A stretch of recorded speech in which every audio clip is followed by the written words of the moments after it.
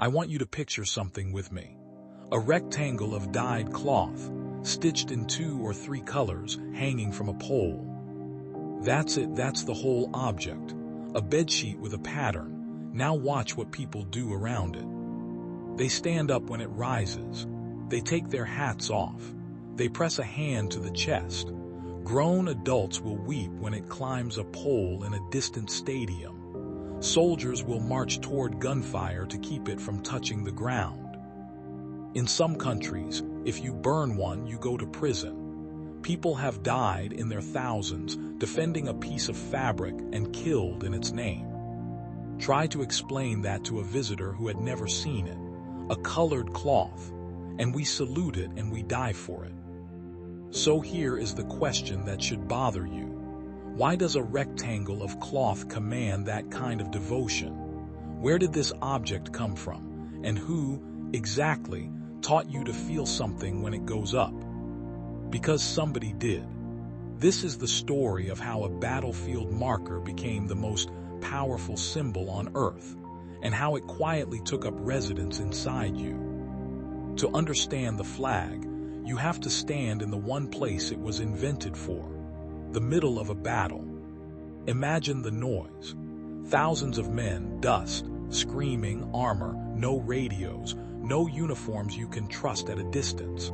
In that chaos, the single most urgent question a soldier has is brutally simple. Who is on my side, and who is trying to kill me? That is the problem the flag was built to solve. Long before it meant a nation, a flag meant a man. Lift a known banner above the crowd and your people can find you. They rally to the cloth. They follow it forward, and when it falls, they know the line has broken. The banner was a rallying point you could see through the smoke.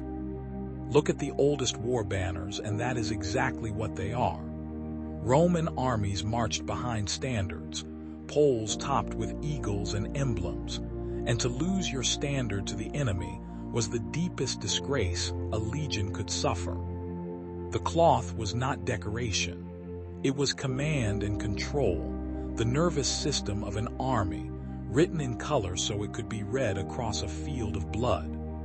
So the flag begins as a tool, a way to tell friend from foe. But a tool like that needs a code. And building that code is where the cloth started to carry something heavier than fabric. By the Middle Ages, the battlefield had a new problem: armor. A knight in full plate and a closed helm is a faceless metal statue. On the field, in a tournament, even his own allies could not tell who he was. So Europe built a visual language to fix it, and we still use its name today: heraldry. Here is the part people miss. Heraldry was not random art. It was a strict grammar with rules as exact as spelling. The shield was divided in fixed ways. The colors had names, and there was an iron law: you could not place a color on a color or a metal on a metal. Gold and silver were the metals, red and blue and black and green and purple the colors, and the rule kept the design readable from far away. Each pattern belonged to one family and one family only. It was inherited like a surname. Officials called heralds memorized them, regulated them, and settled disputes when 2 lords claimed the same design. A coat of arms was a kind of legal identity, a face you could wear when your real face was hidden behind steel. And this is the quiet hinge of the whole story.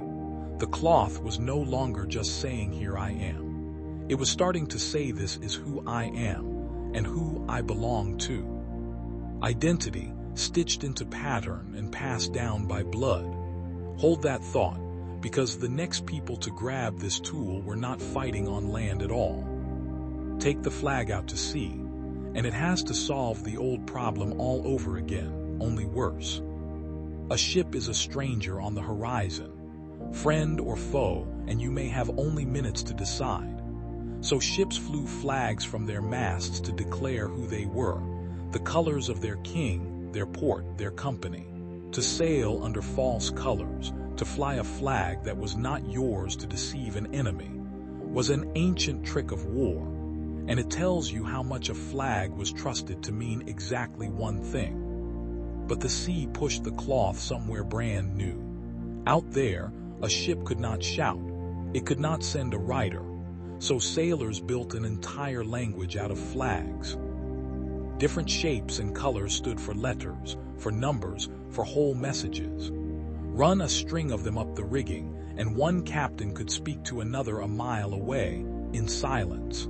Navies used hoists of signal flags to command whole fleets, to turn them, to order them into battle, to coordinate dozens of ships as one body.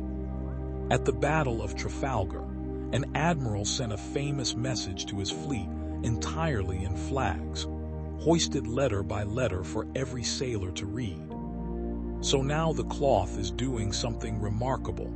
It is not just identity anymore. It is information, an alphabet you can fly.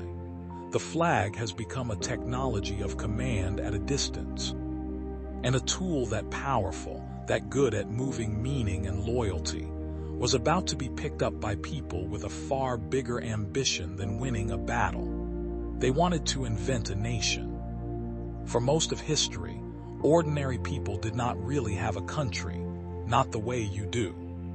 They had a village, a lord, a faith, a king they would likely never see.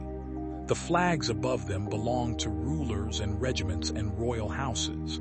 The cloth said, "This land is mine," signed the king. Then came the age of revolutions, and everything inverted. When the French Revolution tore down the monarchy, it needed a new symbol, one that did not belong to a king but to the people. So it took red and blue, the old colors of the city of Paris, and set them on either side of royal white and made the tricolor, 3 vertical bands, a flag that did not say "Obey your king." It said, "You are the nation now."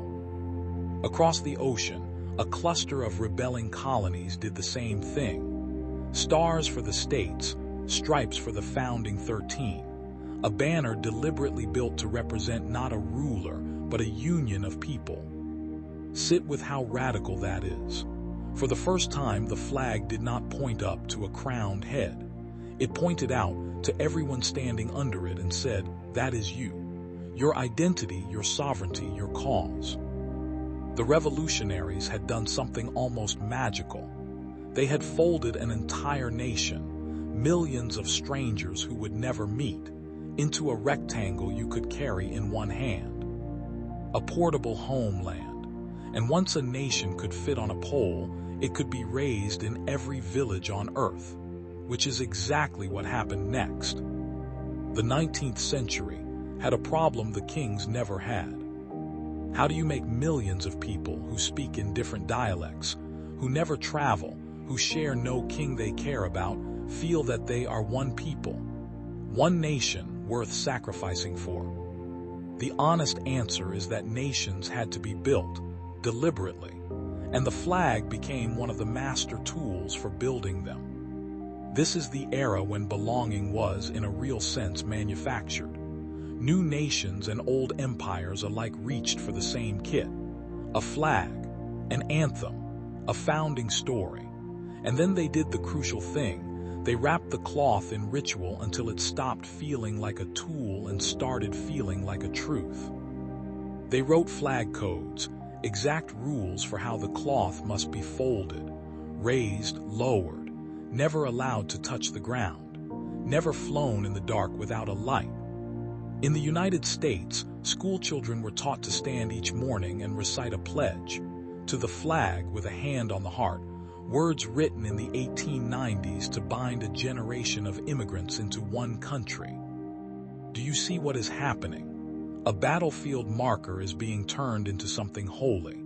The rules are the rules of a sacred object, and a sacred object cannot simply be a tool, it has to be defended. So the next step was almost inevitable. They made it a crime to harm the cloth. Think about how strange this is. There are objects in your world that are protected by law not because of what they do, but because of what they mean. The flag is one of them. Across the world, governments passed flag desecration laws, making it a punishable offense to burn, tear, or insult the national flag. Pause on that. The fabric itself is worth a few coins. You can buy another in any shop. What the law is protecting is not the cloth. It is the feeling attached to the cloth, the loyalty, the belonging, the idea of the nation made visible. To harm, the flag is treated as harming the nation itself, as if the rectangle and the country had become the same thing. That is the definition of a sacred object, a physical thing that stands in for something vast and invisible, and is defended as if it were alive. And here is the move that should stop you cold. We are taught that these feelings are natural. That love of the flag wells up from somewhere deep and ancient inside us. But everything we have just traced says otherwise. The codes were written. The pledges were composed by named people on known dates. The laws were passed in parliaments.